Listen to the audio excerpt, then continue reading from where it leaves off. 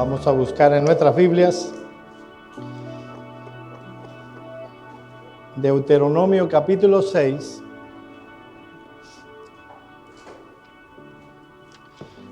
Deuteronomio capítulo 6.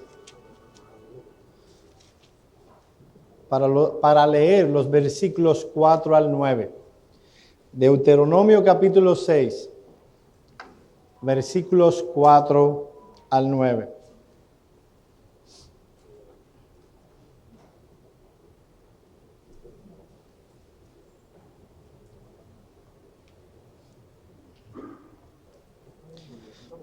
Deuteronomio capítulo 6, versículos 4 al 9. Dice la palabra de Dios.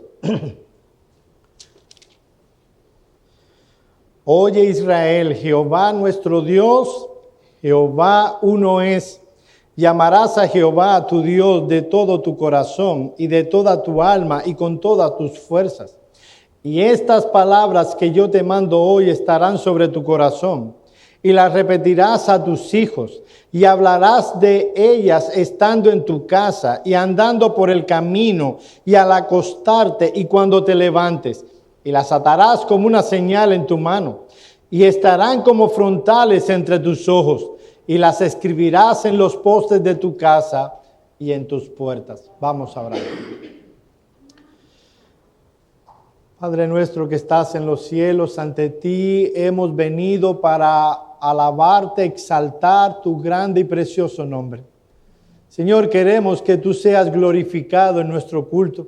Y para eso anhelamos, oh Señor, que tú vengas, alimentes nuestras almas, que tú impactes nuestro corazón con la revelación que tú nos has dado en la Escritura, que tú nos guíes y nos lleves por tu Espíritu Santo a toda la verdad. Concédenos, oh Señor, que no solo podamos entender lo que tu palabra enseña, oh Dios de gloria, danos la capacidad también para vivir a la luz de tus preceptos. Mira que te lo rogamos en el nombre de Cristo. Amén. Amén.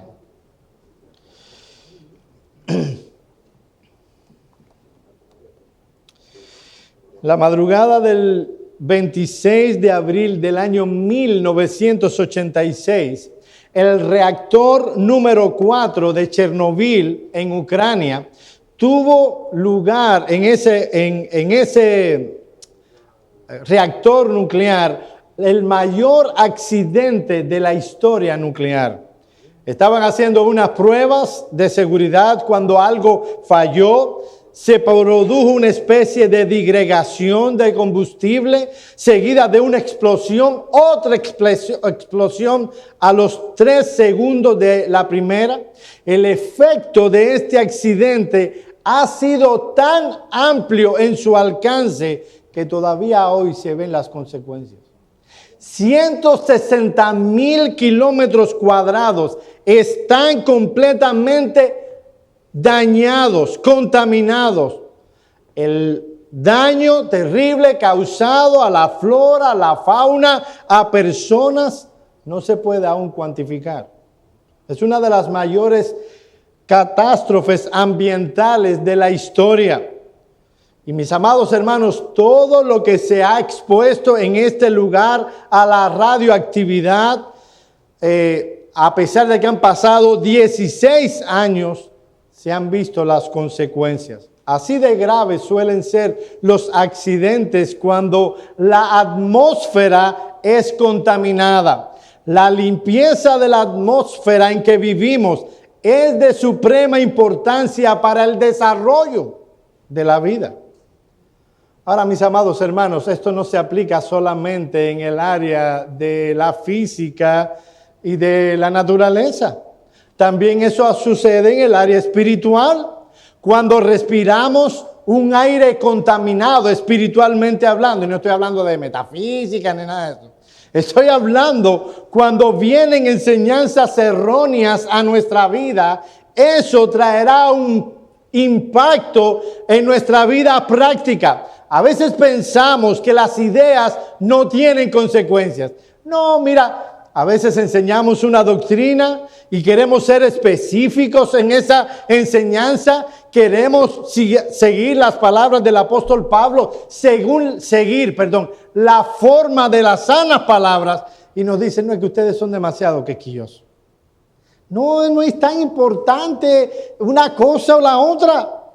Mis amados hermanos, es importante todo lo que enseña la Escritura. Y es verdad que no todo tiene igual importancia.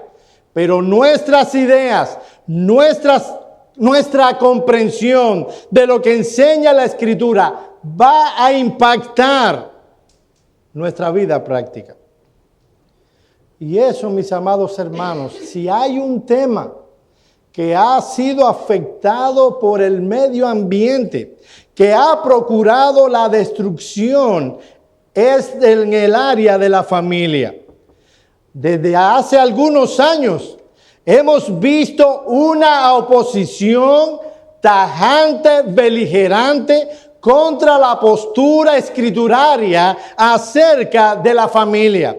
Nuevo ambiente, nuevas circunstancias quieren implantarse en la familia, quieren cambiar la perspectiva que nuestra sociedad occidental tiene sobre la familia, creando un nuevo tipo de familia. Las consecuencias las veremos más adelante. Hasta ahora podemos contemplar un deterioro cuantitativo en el área familiar. Y eso lo podemos ver en las estadísticas. Divorcios, desorientación familiar, trastornos sociales y otros males son los integrantes de nuestra sociedad que camina a pasos agigantados hacia el desastre. Quisiéramos decir que las cosas son diferentes en el contexto de la iglesia. Pero la verdad es, mis amados hermanos, que no es así. A pesar de que los creyentes tienen la Escritura, la revelación del omnisciente Dios, muchos creyentes se han vuelto a los gurús de la psicología humanista que no han podido ayudar a los de afuera, mucho menos podrán ayudar a los de adentro. Cuando preguntamos, ¿cómo debo guiar mi matrimonio? Los creyentes de nuestros días tristemente quieren volverse a esos gurús de la psicología. Esos mismos gurús que han llevado el divorcio a niveles insospechados. El año pasado se divorciaron más personas que los que se casaron. Lo mismo pasa en el área de la crianza de nuestros hijos. Queremos que sean los psicólogos, sociólogos, quienes nos digan cómo debemos criar a nuestros hijos. Las consecuencias es una generación indecisa, débil, que no sabe lo que quiere y no quiere lo que tiene.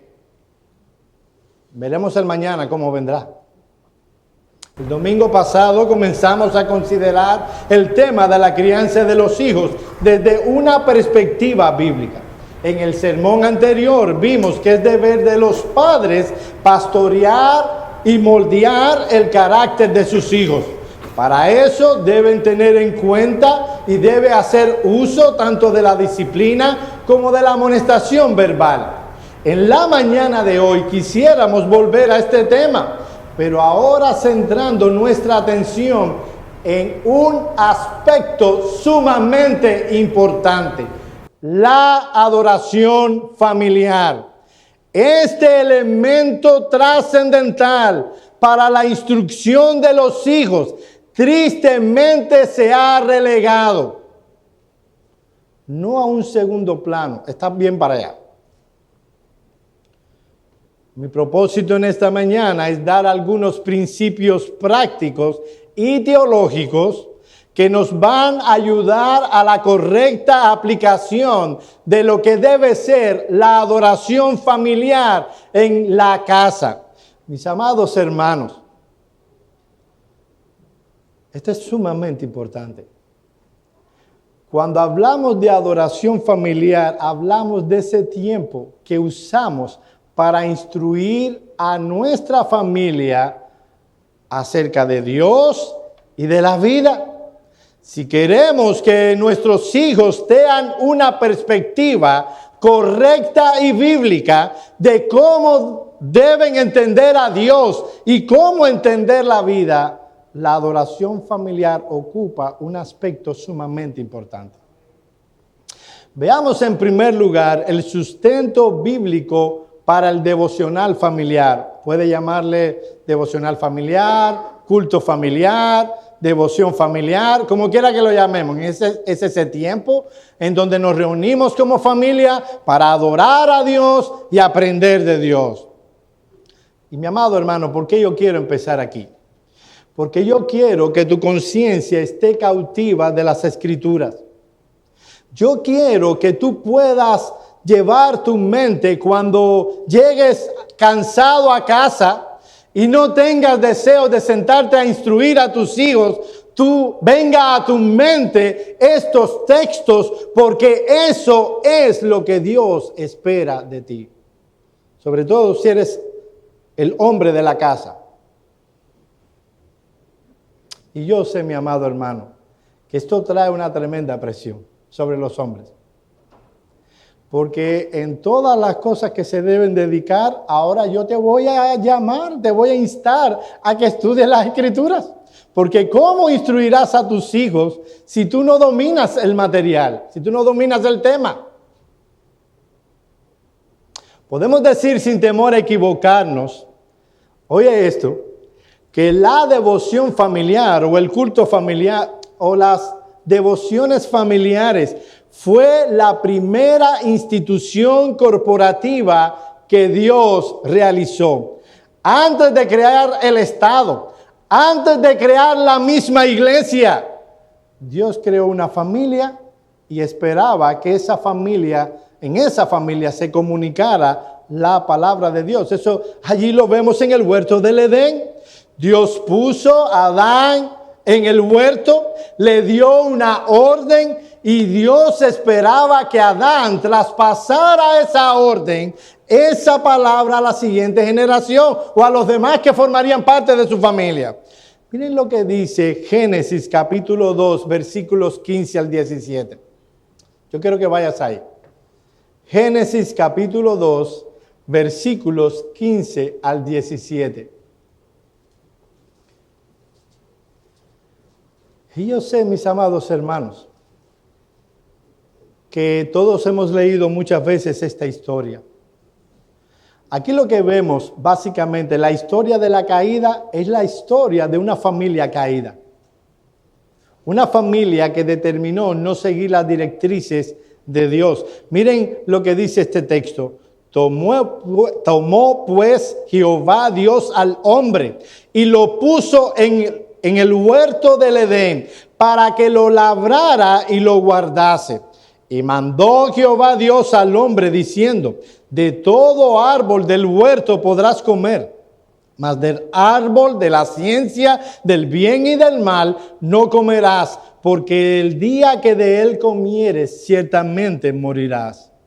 Adán debía enseñar a Eva y a su posteridad este mensaje que Dios le había dado.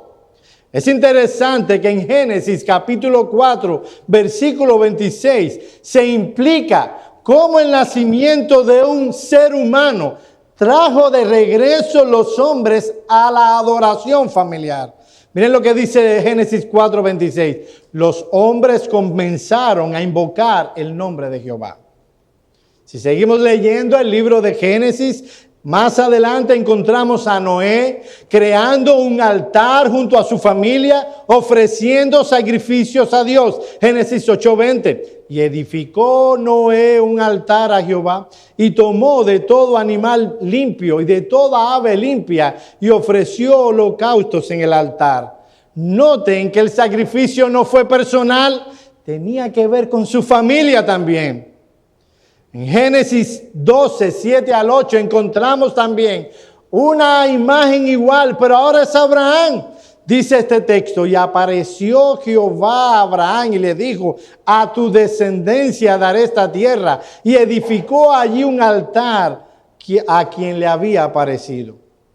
Mis amados hermanos, vemos en el texto que Abraham tenía una conciencia clara de cuáles eran sus responsabilidades delante de Dios para con su esposo y sus hijos.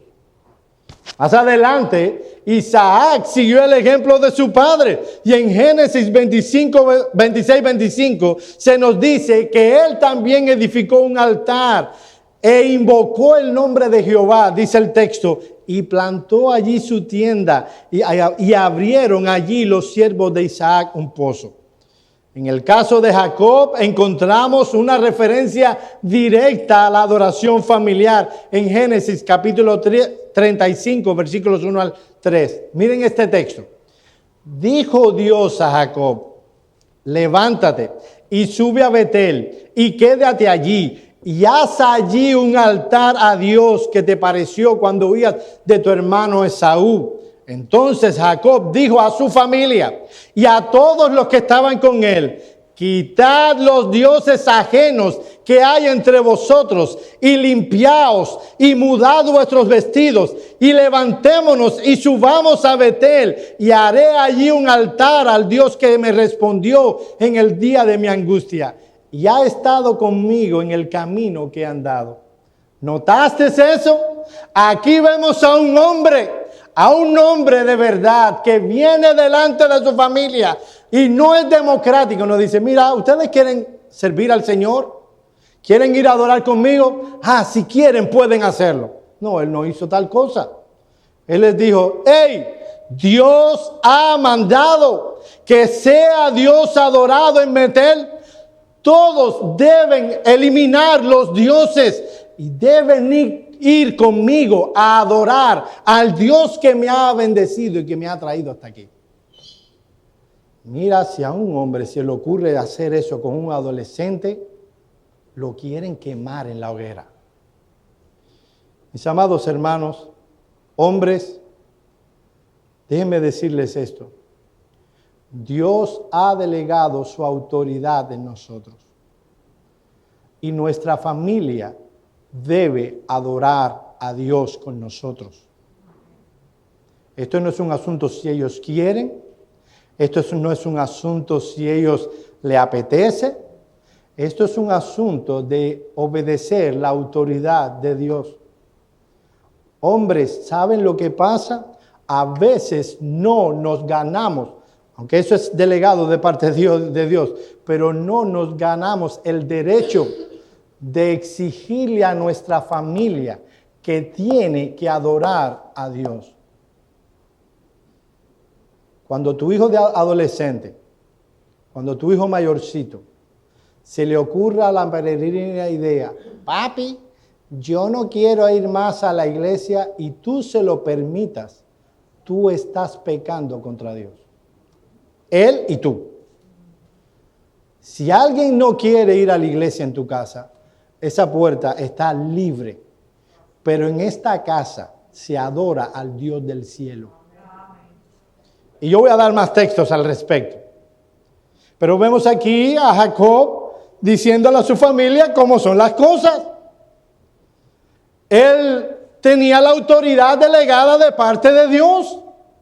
Por eso en Deuteronomio capítulo 6, versículos 4 al 9 que leímos hace un momento, Dios autoritativamente le dice a su pueblo, oye Israel, Jehová nuestro Dios, Jehová uno es.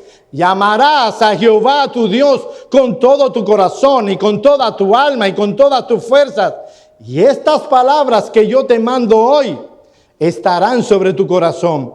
Y las repetirás a tus hijos y hablarás de ellas estando en tu casa y andando por el camino y al acostarte y cuando te levantes. Y las atarás como una señal en tu mano y estarán como frontales entre tus ojos y las escribirás en los postes de tu casa y en tus puertas. Mi amigo, hermano amado, Dios mandó a su pueblo no solo que aprendiera acerca de Dios, que aprendiera de la naturaleza de Dios, que aprendiera a amar a Dios, sino que ese amor debía ser enseñado a la siguiente generación. Déjame hacerte una pregunta. ¿Tú quieres un real avivamiento en esta ciudad? ¿Tú quieres ver miles de almas viniendo al Salvador en arrepentimiento y fe? Comienza por tu casa. Miren lo que dice Richard Baxter. Mantenga el gobierno de Dios en vuestras familias. Las familias santas serán el principal preservador del interés de la religión en el mundo. Esto fue tan amado por los puritanos que ellos han venido a ser un ejemplo para nosotros. Hace años escribió J.I. Parker un libro sobre los puritanos. En ese libro, Parker dice lo siguiente. Oye esto, era la responsabilidad de los esposos servir de canal para la religión familiar. Él debía llevarlos a la iglesia en el día del Señor y velar porque santificaran ese día completo en la casa. Debía catequizar, o sea, instruir por el catecismo a los niños e instruirlos en la fe. Debía examinar a toda la familia después de cada sermón. No era suficiente con que se sentaran al lado. Él les preguntaría, ¿qué aprendiste en el sermón? Él quería ver que ellos habían estado atentos. No es simplemente verlos dibujando y tranquilo. Hay papás que con que su niño esté dibujando, ya, tranquilo, estoy tranquilo. Qué tranquilito es mi niño. Eso le serviría para llenar cualquier bache que haya quedado en el entendimiento. El esposo también debía guiar a su familia diariamente en adoración. Oye esto, cuando yo leí esto a mí casi me da un infarto.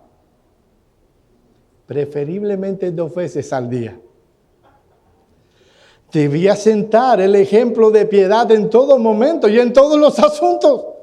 Y para este fin debía estar dispuesto a tomar cierto tiempo para él mismo aprender de la fe que se le había encargado enseñar.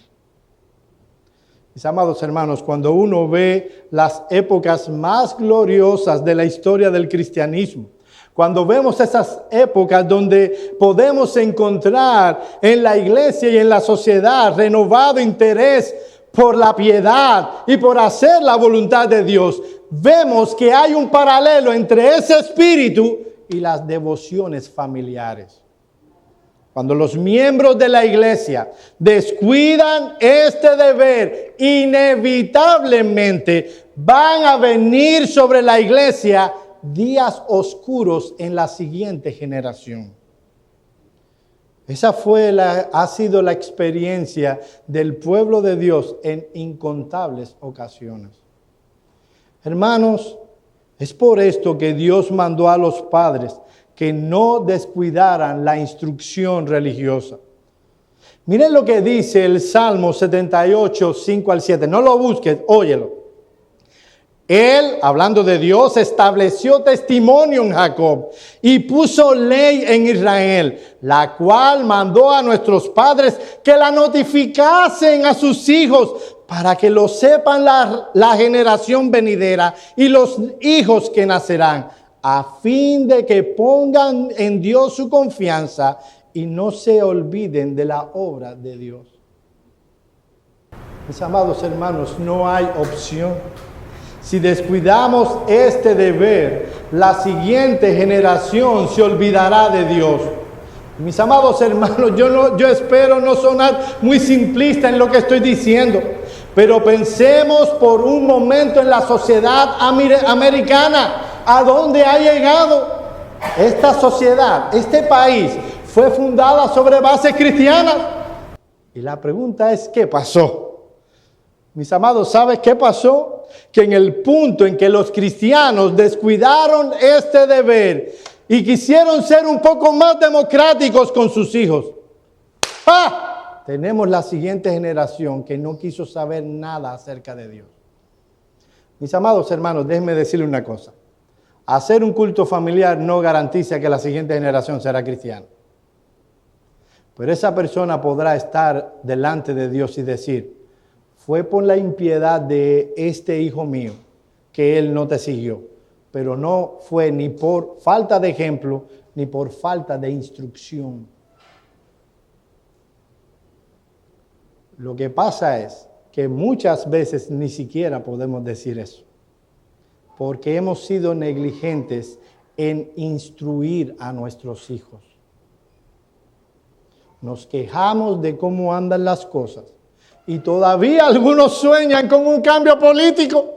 ¡Ay, si viniera Donald Trump de nuevo! Solo cuando la piedad aumenta, las cosas realmente cambian. La iglesia necesita volver a sus sendas antiguas. Pero solo eso será posible si las familias de las iglesias comienzan a tomar en serio la adoración familiar. Habiendo visto el fundamento bíblico, veamos en segundo lugar la metodología del devocional familiar. Yo quiero que ustedes se lleven una idea de lo que estoy hablando cuando hablo de devoción familiar. Veremos que hay tres cosas que debemos hacer. Hay tres tipos de enseñanzas que los padres deben dar a sus hijos. En primer lugar, deben proveer instrucción planificada. Deben proveer instrucción planificada. Cuando hablamos de instrucción planificada, nos estamos refiriendo específicamente a ese tiempo de instrucción regular que cada padre, y en su defecto la madre, si el padre no está, y cuando estoy hablando de que no está, es porque él no es cristiano, o porque él murió, no sé qué otra cosa pudiera pasar. Porque si el padre es cristiano, no hay manera que se escape de esto. Que ese padre o la madre en su defecto debe proveer a sus hijos. Cuando nosotros leemos 2 Timoteo capítulo 1, 5 y 3, 14 y 15, vemos cómo Timoteo aprendió las escrituras en casa. Y en el 3, 14 y 15 se nos dice que esa enseñanza, esa instrucción fue un canal utilizado por Dios para atraer a ese niño a la salvación. Vemos que Timoteo había recibido su fe y conocimientos necesarios para la salvación en el entorno familiar. La adoración familiar es un instrumento útil y provechoso para la salvación de las almas de nuestros hijos. Miren el caso de Spurgeon. Aunque todos sabemos que Spurgeon se convirtió en un día nevado, se sabe la historia, ¿verdad? La mayoría de nosotros se sabe la historia. En un día nevado, entró a una iglesia metodista o a un local de una iglesia metodista, para ser consecuente con lo que yo les enseño a ustedes. Estaba nevando tanto que ni siquiera el predicador invitado fue, así que tomó el púlpito un diácono que no predicaba habitualmente, y él se convierte oyendo ese sermón. Pero ¿saben qué?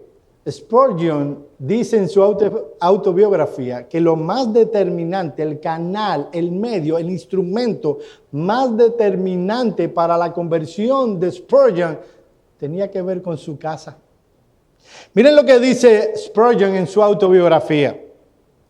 No podría decir cuánto le debo a las solemnes palabras de mi buena madre.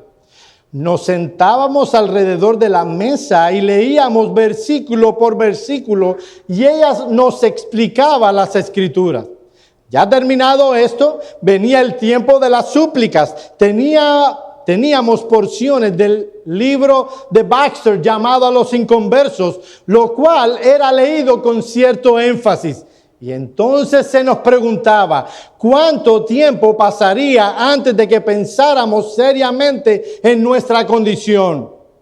¿Por cuánto tiempo más esperaríamos para buscar al Señor? Entonces venía la oración de mi madre y alguna de las palabras de esas oraciones nunca las olvidaría, aun cuando nuestros cabellos se pusieron grises. Recuerdo en una ocasión, oye esto, mi amado hermano, que oró de este modo: ahora, Señor, si mis hijos continúan en sus pecados, no será por ignorancia que ellos perecerán, y mi alma dará testimonio contra ellos en el día del juicio, si ellos no abrazan a Cristo. Ese pensamiento de una madre testificando contra mí en el día del juicio hirió mi conciencia y despertó mi corazón. Ahora queremos que nos quieran, que nos amen. ¿Saben? Nuestro interés no es que nos amen. Ese no debería ser tu interés. Tu interés debería ser que ellos amen al Señor. Si mis hijas me odian o me aman, de verdad mi interés primario es que amen al Señor. Y a veces somos demasiado débiles. Todo esto se constituye un llamado, mi amado hermano, a apartar un espacio regular de tiempo cada día donde de manera planificada y premeditada traigamos a nuestros hijos la enseñanza oportuna y aplicativa de la palabra. No es simplemente, vamos a hacer el culto familiar. Cantamos un himnito, hacemos una oración. Ay, qué bien me siento delante del Señor. Hoy hicimos el culto familiar. A menos que vengas con la palabra y la apliques al corazón de tus propios hijos, todo lo que hiciste fue un ritual. Más nada. Eso va a llevar que te prepares bien, que prepares esa instrucción de una manera que sea apropiada para tus hijos. No es que ahora vas a poner un púlpito, ¡pam! Ahora 1 hora de teología y son muchachos de 3 años. No, tú vas a traer la palabra de acuerdo a la edad que tienen. Y lo vas a hacer con los énfasis que serán agradables delante de ellos. Vas a hacer historias que las conectarás con la instrucción. Vas a enseñarles cantos que puedan aprender. Vas a introducir una himnología rica en teología que aprenderán a cantar y a apreciar. Y cuando vayan y oigan un canturreo de coros inconexos, poco teológicos, serán ellos los que te dicen: eso no me gusta. Eso no se oye bien. Y no tiene nada que ver con estética. Han aprendido a apreciar una himnología bíblica. Vendrás delante de ellos con la palabra con un puñal y las clavarás en sus corazones. Les llamarás a que en la tierna edad en la que están, abracen al Señor de gloria. Les instarás a conocer al Señor. Mis amados hermanos, ese es el llamado que tenemos como padres. Si yo le preguntara a tu empleador que tú sabes las cosas del negocio y tú sabes planificar las cosas y tienes planes semanales, tienes planes mensuales y todo, y yo me siento con tu esposa y le pregunto: ¿él hace lo mismo con la instrucción familiar? ¿Él sabe lo que le va a enseñar a sus hijos esta semana? Él sabe, él ha preparado, él se ha sentado a cómo llegar al corazón de esos muchachos durante este mes. Él puede saber este año que está terminando qué cosas le va a instruir a sus hijos.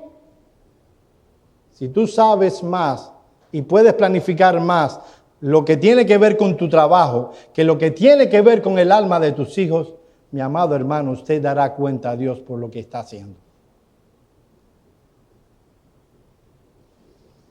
Usted debe planificar la instrucción. Usted los conoce. Usted ve, este muchacho mío le gusta decir mentiras. Algunos le dirán, no, no es mentira, los niños no dicen mentira, es una amplia imaginación. El que ha tenido hijos y tiene los pies en la tierra, sabe que los niños sí dicen mentira. Y todo está en quién tomó el chocolate que quedaba ahí, que dijimos que no se podía agarrar hasta que no comieran. Fue mi hermanito, fue el otro. No puede repartirse entre tantas personas. ¿Alguien está diciendo mentira?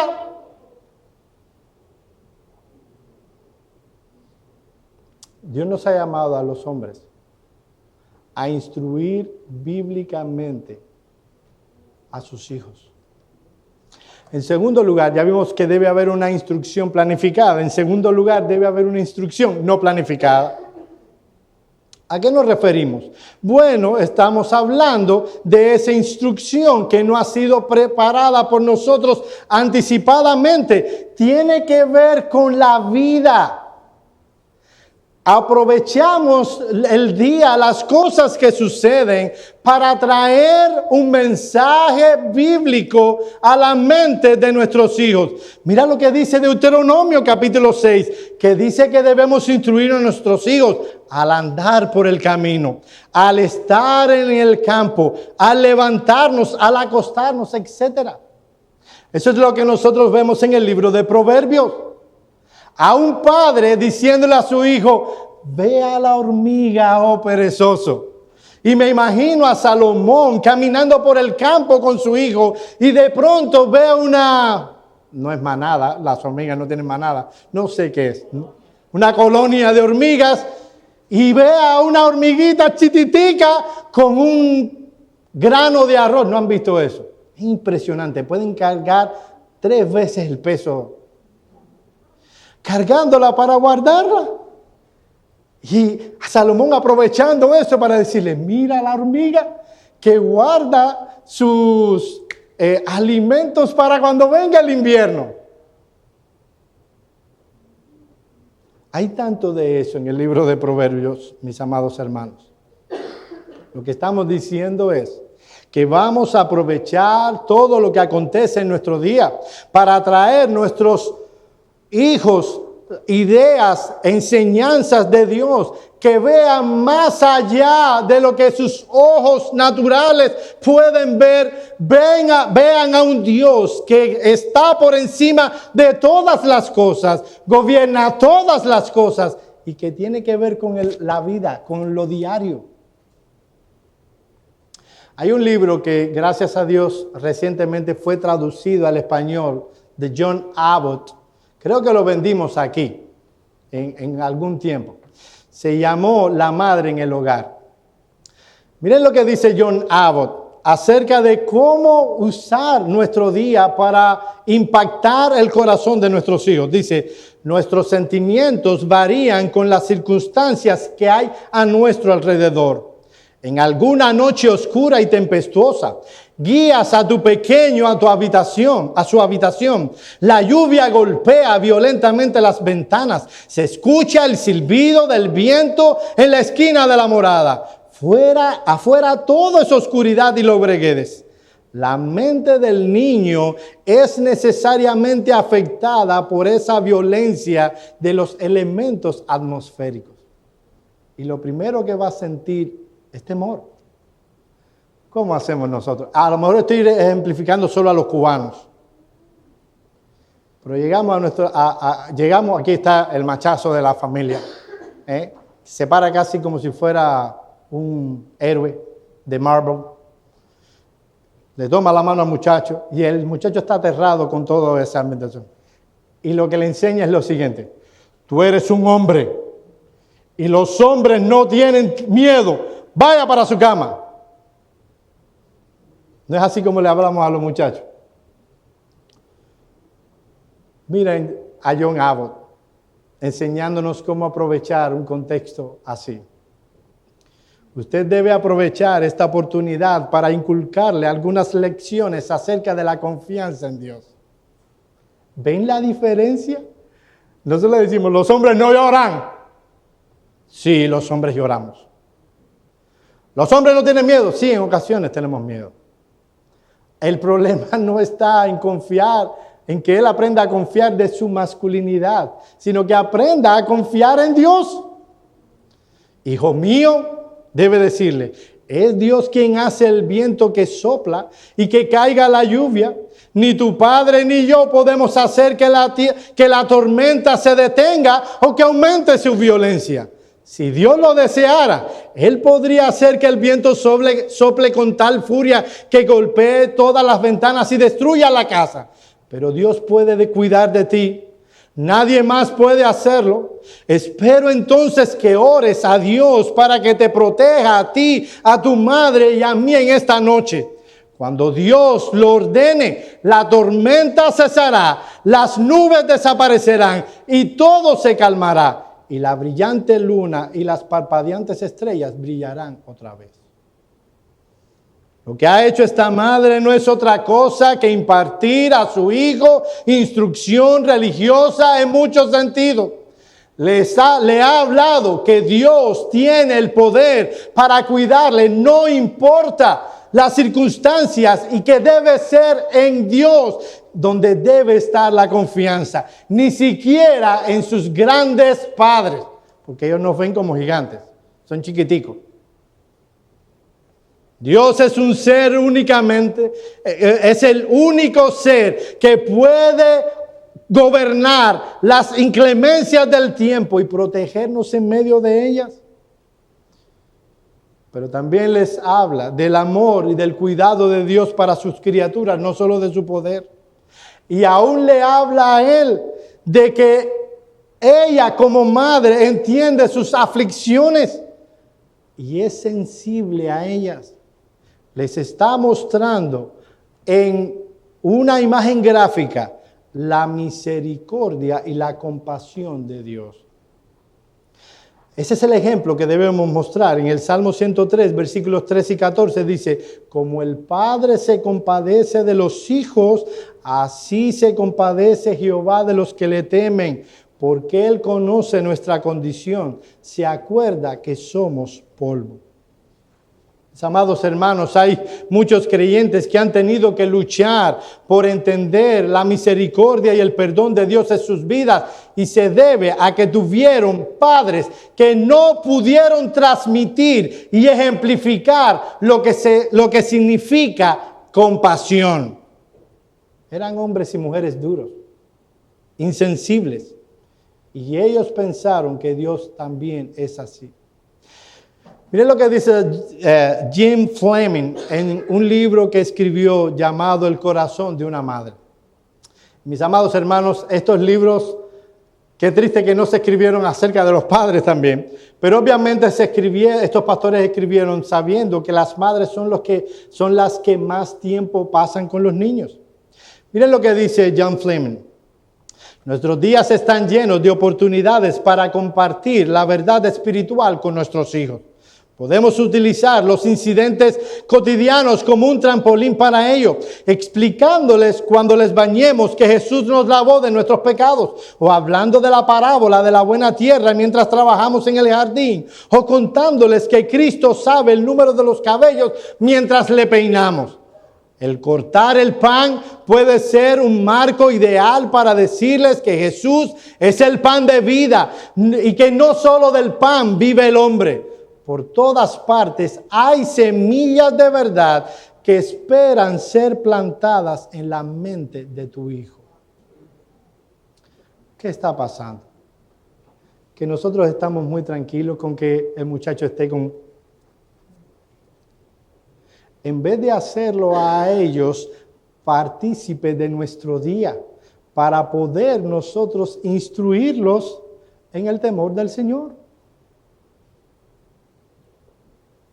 Eso va a requerir, mi amada hermana, que tú dediques tu día a tus hijos. ¿Qué está pasando? Que una vez un muchacho tiene 2, 3 años, en el mejor de los casos, ya lo están enviando al kindergarten, no sé si lo pronuncié bien, o a una niñera, o a la abuelita. ¿Para qué? Para que la mamá pueda irse a trabajar. Y lo que pasa es que el padre y la madre están fuera trabajando. Y cuando llegan los muchachos de la escuela o del kindergarten o de lo que sea, ya los padres están tan exhaustos que no tienen la frescura y la fuerza necesaria para instruir a sus hijos. Oh, no, Joel, espérate un momentico. ¿Qué tú estás insinuando? Estoy haciendo el papel como que me está alguien aquí. Que las mujeres tienen que estar en casa. No, mi hijo, no. Estos son otros tiempos. Ya la mujer se ha liberado. Ahora en nuestra sociedad se le permite a la mujer realizarse como mujer.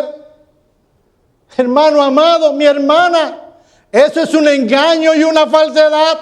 Los hombres van a realizarse como hombres cuando cumplan el propósito para el cual fue creado. Y lo mismo pasa con la mujer. Se los digo porque estuve trabajando hasta hace poco con muchas mujeres.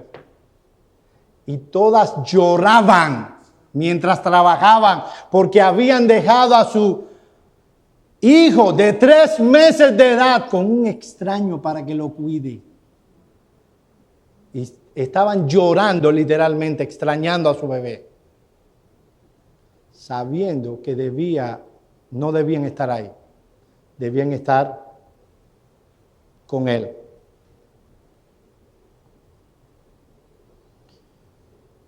El lugar que nos corresponde es con nuestra familia. Y después crecen los muchachos y no nos conocen.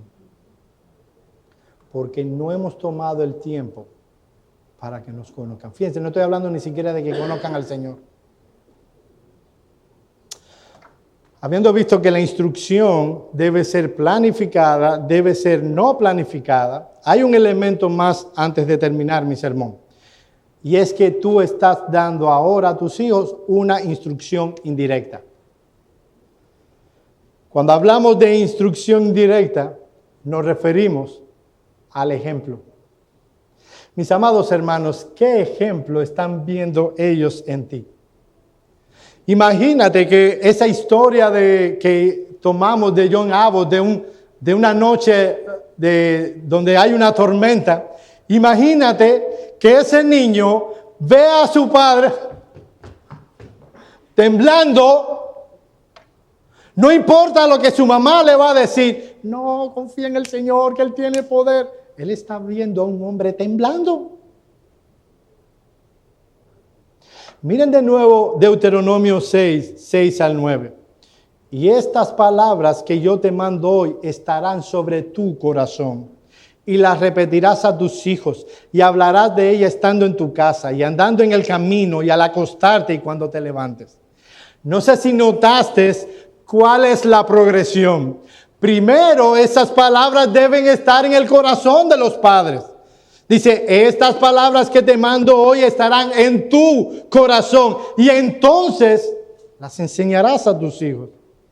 Esas cosas que estamos enseñando deben ser parte real de tu vida. Deben ser un ejemplo. Debes ser un ejemplo. No debes ser como los fariseos a quienes el Señor critica en Mateo 23:4. Cuando dice, porque atan cargas pesadas y difíciles de llevar y las ponen sobre los hombros de los hombres, pero ellos ni con un dedo quieren moverlas. Y aquí está esta familia. Yo les voy a enseñar a mis hijos a que deben asistir a la iglesia. Que aquí todo el mundo va a la iglesia. Y de pronto, los muchachos, en un domingo X, no los levantaron. Y se levantan ellos y van al cuarto de los padres. Papi, mami, ¿no vamos a la iglesia? No, mijo, hoy no vamos a la iglesia. ¿Y por qué? Porque estamos muy cansados. No importa cuánto tú les digas a tus hijos de venir a la iglesia, de adorar con el pueblo de Dios, tu ejemplo ha ido diametralmente opuesto, en un sentido completamente opuesto al que tú le estás enseñando. Lo que ellos debieran preguntarse, ver en una familia que está instruyendo planificada, no planificada y también con la indirecta. Es un papá que está muerto de cansancio y se monta en el carro y va para la iglesia.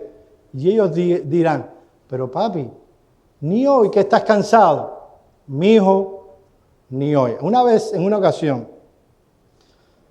a mí ya cuando yo empecé a entender, yo nací en un hogar cristiano y mi padre era pastor en una iglesia. Y yo recuerdo que un día estábamos caminando, nuestra casa estaba a 7 cuadras de donde estaba el local de la iglesia. Lo que le llaman la casa pastoral. E íbamos caminando y se habían acabado las clases. Y a mí se me ocurrió una idea. Ve acá, si de la escuela, que está algo tan importante, que mi papá me enseña que la escuela es importante, se sale de vacaciones. Yo le dije, papi, ¿y es que la iglesia no sale de vacaciones? Mi papá sabiamente me respondió, no, mijo, la iglesia no sale de vacaciones, porque Dios no sale de vacaciones para con nosotros. Mis amados hermanos, Dios nos da de sus bienes todos los días. Dios no se cansa de darnos bendiciones, de darnos de sus misericordias. No tenemos derecho de faltar a la iglesia el domingo, el día del Señor, porque estamos cansados. Déjame decirle una cosa, no hay un domingo que no venga que yo no esté cansado.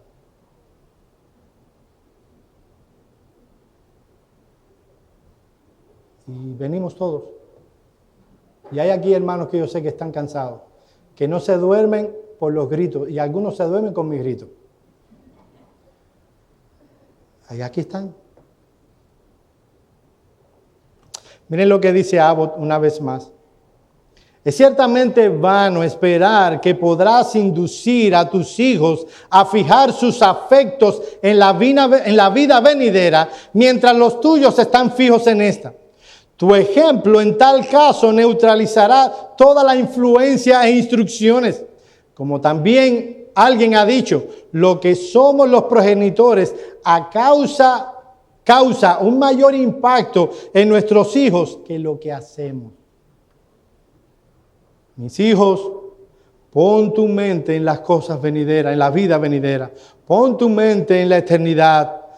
Procura estar en la eternidad con Dios. Y todo lo que tus hijos ven cuando tú y tu esposa hablan es cómo van a cambiar el automóvil, cómo van a comprar una nueva casa, a dónde van a ir de vacaciones.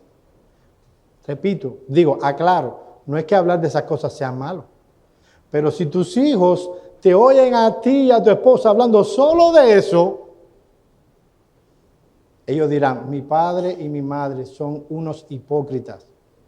No están pensando nada en la eternidad ni en la vida venidera. Todo lo que les preocupa es cómo tener un nuevo automóvil, cómo tener una mejor casa y dónde irse de vacaciones. Ellos deberían oírles a ustedes hablar de la piedad. Y no como algo incidental, sino como algo que es toda tu vida. Déjame decirte una cosa. Tus hijos deben llegar al punto de decirte, ven acá, pero todo lo de ustedes es Dios. Qué buena oportunidad tienes para explicarle a tus hijos lo que es la vida. Sí, mi hijo, todo lo de nosotros es Dios. ¿Sabes por qué?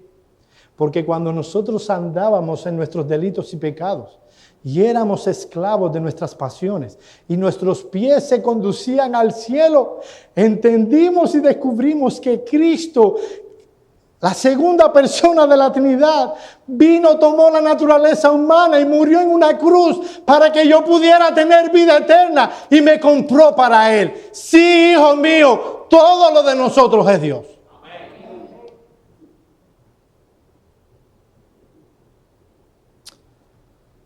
¿Saben por qué es tan importante esto? Porque Dios creó a los muchachos con confianza inicial en nosotros. Por eso es que los muchachos quieren imitar a sus padres. De hecho, es lo natural. Lo natural es que los hijos imiten a los padres. Ese fue el argumento del Señor Jesús cuando habló ante los fariseos. En Juan capítulo 8, versículos 39 al 44. Mira este texto. Respondieron y le dijeron a Jesús, nuestro padre es Abraham. Jesús les dijo, si fueseis hijos de Abraham, las obras de Abraham haríais, pero ahora procuráis matarme a mí, hombre que he hablado la verdad, la cual he oído de Dios. No hizo esto Abraham. Vosotros hacéis las obras de vuestro padre el diablo. Entonces le dijeron, nosotros no hemos nacido de fornicación, un padre tenemos que es Dios. Jesús le dijo, si vuestro padre fuese Dios, ciertamente me amaríais, porque yo he salido de Dios y he venido, pues no he venido de mí mismo, sino del que me envió. ¿Por qué no entendéis mi lenguaje? ¿Por qué no podéis escuchar mi palabra? Vosotros sois de vuestro padre el diablo, y los deseos de vuestro padre queréis hacer. Él ha sido homicida desde el principio, y no ha permanecido en la verdad, porque no hay verdad en él. Cuando habla mentira, de suyo habla, porque es mentiroso y padre de mentira. Lo que debieran ver tus hijos en tu andar diario es que tú eres hijo de Dios. ¿Y cómo ellos verán eso? Porque haces las obras de Dios. Dice Richard Baxter, la forma en que los padres hablan y se conducen, expresando gran reverencia por las cosas de Dios, ejercen un gran poder para efectuar la misma impresión en un niño. Muchos hijos de padres piadosos que vinieron ellos mismos a ser buenos hombres y mujeres, pueden decir esto por experiencia, que el primer bien que sintieron en sus corazones fue un sentido de reverencia hacia las cosas santas que aprendieron de la manera en que sus padres hablaban y se conducían. Si nuestras conversaciones, ambiciones, anhelos y metas están relacionadas con aquellas cosas que tenemos aquí y ahora, y ninguna refleja la esperanza que tenemos en una vida futura, evidenciando un corazón eminentemente mundano, puedes esperar con toda certeza que tus hijos crecerán con un corazón inclinado a la mundanalidad. Amados hermanos, no hay nada de malo en tener un carro nuevo. No hay nada de malo en tener una casa nueva, ni en planificar vacaciones. Son cosas que Dios por su gracia común nos conceden. Pero podemos aún traer esas mismas cosas para que esos niños entiendan que hay algo más valioso que tener un carro nuevo.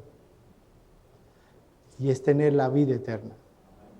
Y que este hombre y esta mujer que están ahí guiando el automóvil tienen mayor interés en las almas de sus hijos que en los bienes que tienen. Mis amados hermanos, las cosas malas se aprenden por imitación. Miren lo que dice Proverbios capítulo 22, 24 y 25. Ya yo estoy terminando. Mira este texto, búscalo, vaya, para que te mueva. Proverbios 22, 24 y 25. Proverbios 22, 24 y 25.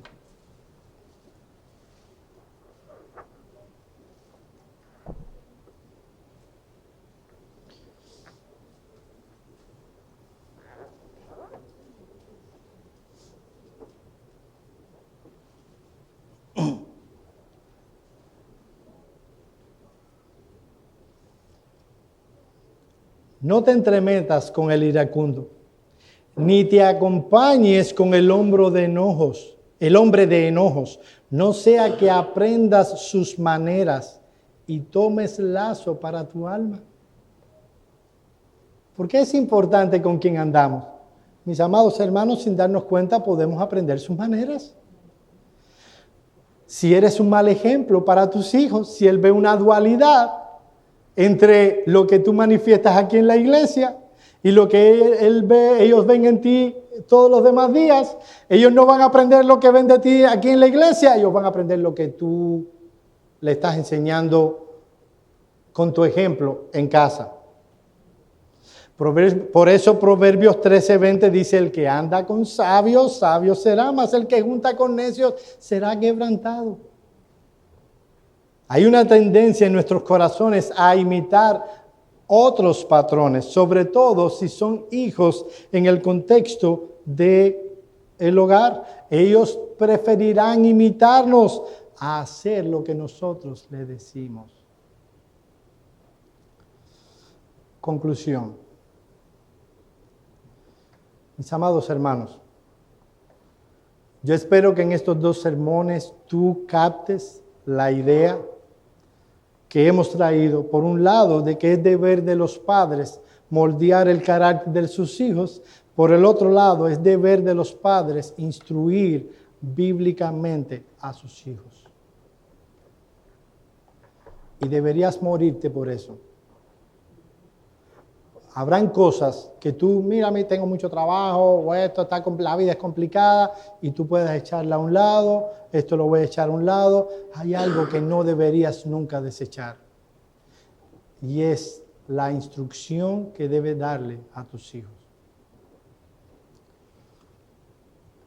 Y eso va para todos los que tienen hijos.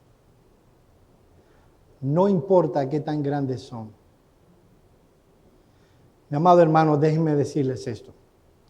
Déjenme decirle primero eso a los que tienen niños pequeños, porque un día crecerán. Y a los que tienen ya hijos grandes. Tu ejemplo va a marcar mucho la valoración que ellos tendrán acerca de Dios. Déjenme decirles esto. Nunca, nunca, nunca, pongan 1000 nunca hasta allá, apoyes los pecados de tus hijos. Porque no importa cuánto orarás por él, tú mismo estás creando las condiciones para que ese muchacho aprecie y valore al Señor. Las reglas en casa son las reglas en tu casa, deben ser las reglas de un hogar cristiano. A lo mejor tú no lo ves, pero por cuanto tú y tu esposa, estoy hablando de los hombres específicamente, tú y tu esposa son cristianos, tú no lo ves, pero hay una bandera de Cristo en el medio de tu casa. Siempre le he dicho esto a mis hijas, siempre. Ya no están con nosotros. Si tú haces algo pecaminoso, escondido, tú tendrás todas las culpas delante de Dios. El día que tú hagas algo pecaminoso y yo, en algún sentido, lo permita, yo soy el que daré cuenta delante de Dios. Y déjenme decirle, yo no quiero dar cuenta ante Dios salvo mis propios pecados. Si tú eres cristiano, las reglas de tu casa deben de ser cristianas. No debes tener un muchacho, no importa la edad que tenga, que no venga a la adoración pública contigo. Si estás permitiendo tal cosa, tú estás apoyando una conducta desordenada y pecaminosa. No, pero que ellos son grandes. ¿Quieres que te enseñe un texto de niños grandes que Dios tomó a su padre y le dijo, tú los dejaste que ellos hicieran eso? ¿Quieres ver un texto? Uno nada más. Vayan conmigo a 2 de Samuel. Y tengo que decir esto porque no quiero dar otro sermón acerca de los hijos. 2 de Samuel. 1 de Samuel, capítulo 2. Si ustedes ven la Biblia, mi Biblia de estudio no es ni la de MacArthur ni la reformada. Mi Biblia de estudio es una Biblia que yo tengo con unas letras así, que es para yo estudiar. Ustedes verán este texto marcado por todos lados. Primero de Samuel, capítulo 2, a partir del versículo 12. Lo voy a poner en contexto y ya con esto yo voy a terminar. Voy a hacer un par de aplicaciones y ya. Miren lo que dice a partir del versículo 12. Estamos hablando de dos tarajayú. No sé si entienden. En Cuba decimos así, no sé si. Dos tipos grandes. Los hijos de Elí eran hombres impíos y no tenían conocimiento de Jehová. Y era costumbre de los sacerdotes con el pueblo que cuando alguno ofrecía sacrificio, venía el criado del sacerdote y mientras se cocía la carne, trayendo en su mano un garfio de 3 dientes, lo metía en el perol, en la olla del cardelero o en la marmita y todo lo que sacaba del garfio, el sacerdote lo tomaba para sí. De esta manera hacían con todos los israelitas que venían a Silo. Asimismo, antes de quemar la grosura, venía el criado del sacerdote y venía el que sacrificaba. Da carne de asar al sacerdote, porque no tomará de ti carne cocida, sino cruda. Claro, esa carne cocida que podía comer el sacerdote no tenía sazón Goya. Yo pensé que iba a ser gracioso. No iba a estar bien condimentada. Entonces la quería cruda para poderla hacer como a él le gustaba. Y si el hombre le respondía, versículo 16, queme la grosura primero, es la parte de sacrificio, y después toma tanto como quieras. Él respondía, no, sino dámela ahora mismo, de otra manera yo la tomaré por la fuerza. Era pues muy grande delante de Jehová el pecado de los jóvenes, porque los jóvenes menospreciaban la ofrenda de Dios. Se lo voy a hacer corta la historia. Vemos a Isaí diciéndole, mi hijo, no es bueno lo que ustedes están haciendo. O sea, vemos a Elí regañando a sus hijos. No es bueno lo que ustedes hacen. Si el hombre peca contra el hombre, el hombre puede defenderse de otro hombre, pero si pecamos contra Dios, ¿quién va a poder con él? Y al final vemos a Dios hablándole a Elí lo siguiente. Versículo 27. Y vino un varón de Dios a Elí y le dijo, así ha dicho Jehová, no me manifesté yo claramente a la casa de tu padre cuando estaban en Egipto en casa de Faraón.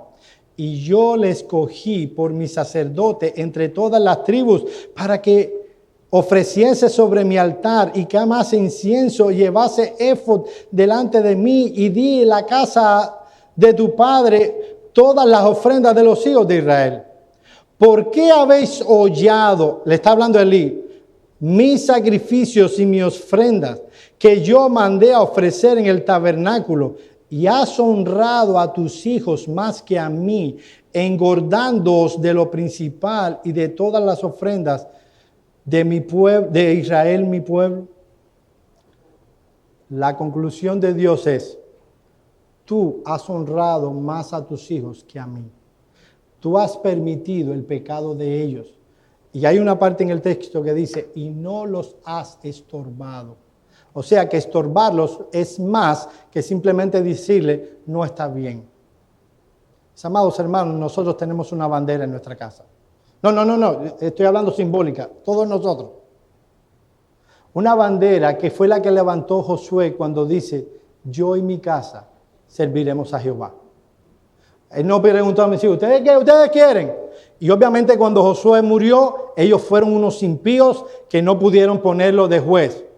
Pero mientras Josué vivía en esa casa, él y todos los que están bajo ese techo, tienen que servir a Jehová. Eso es lo que nos enseña el 4º mandamiento. Dice que la adoración del 4º mandamiento, el hombre debe procurarlo él. Vamos allí un momentico, Éxodo 20. Y ya, a partir del 8. Óyelo, porque ya yo lo tengo aquí. ¿Será que lo he leído tantas veces que? Acuérdate del día de reposo para santificarlo.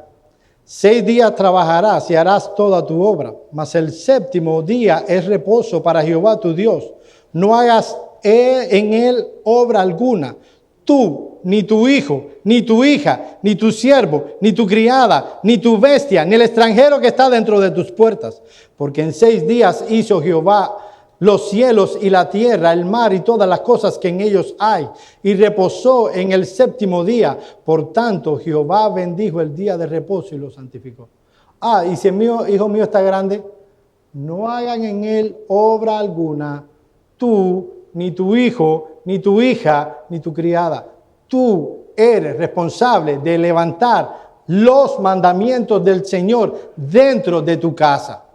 Y si alguien es grandecito, grandecita, y mis amados hermanos, los miembros de esta iglesia saben que lo estoy diciendo por ejemplo, y no quiere obedecer el nombre del Señor, esa puerta está abierta. Pero aquí se obedece la palabra del Señor. Es un deber que Dios me ha dado, velar que aquellos que están bajo mi mando, y eso significa todos los que estén en mi techo, en el techo que pago yo, deben honrar el nombre del Señor. Y deben vivir de acuerdo a las Escrituras. No, papi, yo no soy cristiano. Bien, yo no te estoy pidiendo que seas cristiano. Eso es algo que solo Dios puede hacer. Yo lo que te estoy pidiendo es que tienes el deber, mientras vivas bajo mi techo, de cumplir las normas de la Escritura. Y vemos padres que empiezan, no quiere la iglesia, no pasa nada. Y luego le traen una mujercita y no pasa nada. ¿Y cómo llegamos a este punto? Como dice Dios allí, porque llegamos al punto en que honramos más a nuestros hijos que a Dios. Mi querido hermano, yo sé que probablemente estas palabras son duras para ti, pero tengo 1001 textos. Y ustedes han visto el ejemplo de vuestro pastor.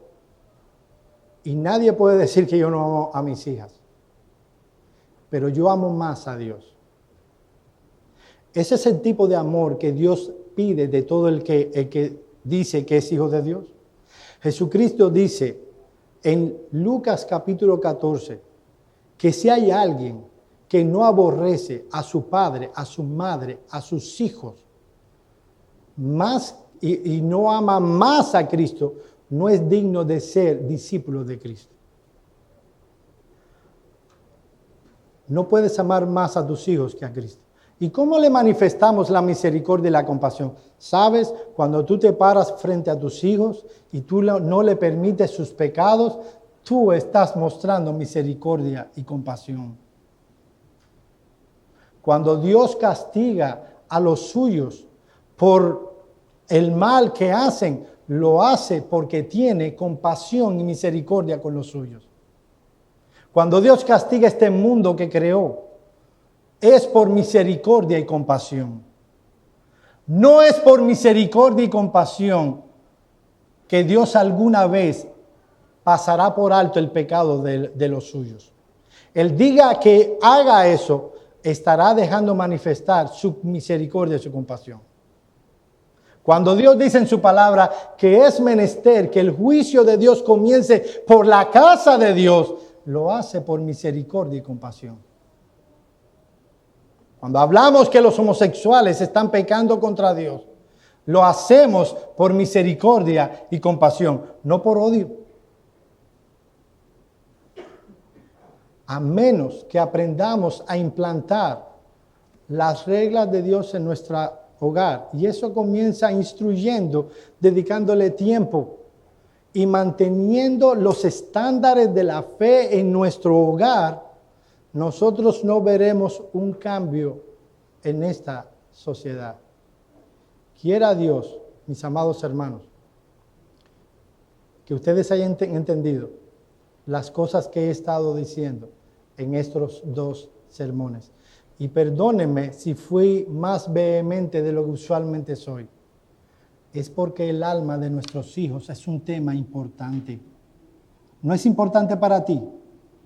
Yo esperaba un amén ahí de todo. Amén. ¿No es un tema importante para ti? Lo es para mí. Quiero ver en esta iglesia una segunda generación que ame y tema a Dios más que lo que nosotros lo hacemos. Vamos a orar.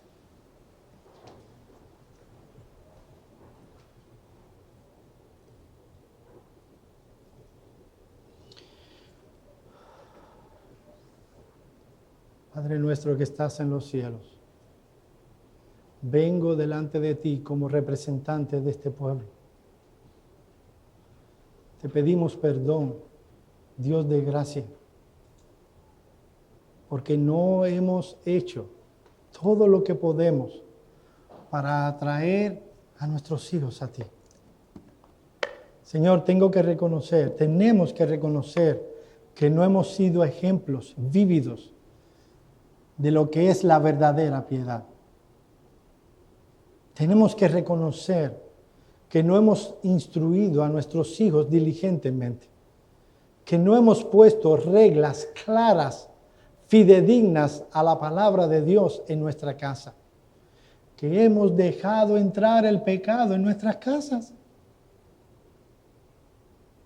Señor, te pido que tú nos perdones y que tú nos des una piedad verdaderamente bíblica, que esté dispuesta a amarte a ti por sobre todas las cosas, que esté dispuesta a ser fiel con el alma de nuestros hijos, aunque tengamos que herirles, porque fieles son las heridas del que ama. Te pedimos perdón porque jugamos a ser familia y permitimos el pecado en nuestra casa. Danos, oh Señor, más de tu santidad. Danos más de aquella valentía que vemos en las Escrituras, en el tiempo de los puritanos, en la iglesia primitiva. Concédenos, oh Señor, el vivir de verdad para ti. Te lo rogamos en el nombre de Cristo. Amén.